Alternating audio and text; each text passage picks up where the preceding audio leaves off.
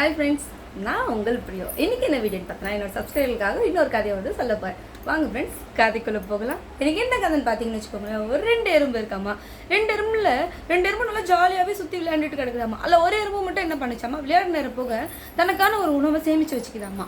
அது என்னமோ தெரியலமா, ரெகுலராக சேர்த்து வைக்குதாமா. அது கூட விளையாடுற இன்னொரு எறும்பு என்ன சொல்லிச்சாமா, ஏன் இப்படி பண்ணுற, எதுக்கு அது மேலே சேர்த்து வைக்கிறேன் அப்படின்னு சொல்லி கேட்டுச்சாமா. இல்லை சீசன் மாறுது, மழை காலம் வந்துச்சுன்னா நம்மளுக்கு உணவு கிடைக்காது, அதனால தான் நான் சேர்த்து வச்சுக்கிறேன், அதனால தான் சொல்லிச்சாமா. அதுக்கு அந்த இன்னொரு எறும்பு சொல்லிச்சாமா, ஏய் சும்மா அதெல்லாம் இல்லை, இப்போ கிடைக்கிற மாதிரி தான் அப்பயும் கிடைக்கும், அப்பயே போய் எடுத்துக்கலாவா, இப்போ போய் எடுத்து வைக்கிறேன் அப்படின்னு சொல்லி கேட்டுச்சாமா. அதுக்கு அந்த எறும்பு சொல்லிச்சாமா, இல்லைப்பா நான் சேர்த்து வைக்கிறேன், நீ என் கூட வான்னு சொல்லிச்சாமா.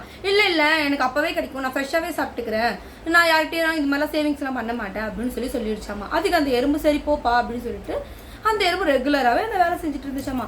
அந்த நாள் நெருங்க மழை காலமும் வந்துருச்சாமா. மழை காலம் வந்தோடனே என்னாச்சாமா, அந்த எறும்பு என்ன பண்ணுச்சா, இறத்தோட வெளியே போச்சான். ஃபுல்லாக தண்ணியாமா, எங்கேயுமே போக முடியலாமா, கண்டினியூவாக மழை பெஞ்சிட்டே இருக்காமா. அதனால எந்த மரத்துலையும் ஏறி போக முடியல, கீழே மண்ணில் வந்து போக அதுவும் போக முடியலையாமா.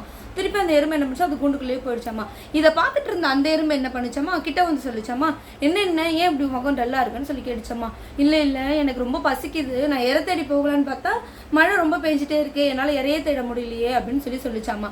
அதுக்கு அந்த எறும்பு சொல்லிச்சாமா, நான் அதுதான் அன்றைக்கே சொன்னலையா உங்ககிட்ட, அப்போவே சேர்த்து வைன்னு சொன்னலையா அப்படின்னு சொல்லிட்டு அந்த ஃபஸ்ட் எறும்பு சொல்லிச்சாமா. அதுக்கு செகண்ட் எறும்பு சொல்லிச்சாமா, ஆமாம் நீ சொன்னதை நான் அப்போவே கேட்டிருக்கணும், நான் தப்பு பண்ணிட்டேன் அப்படின்னு சொல்லிச்சாமா.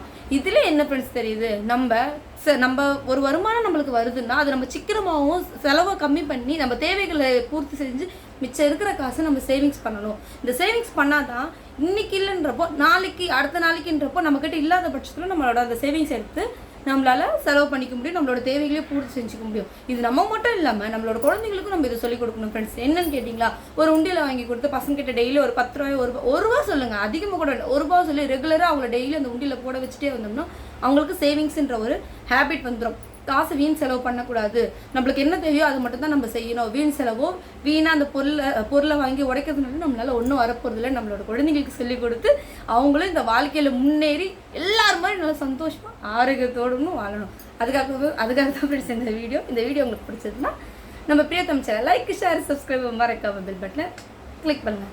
Thank you so much friends. பாய்.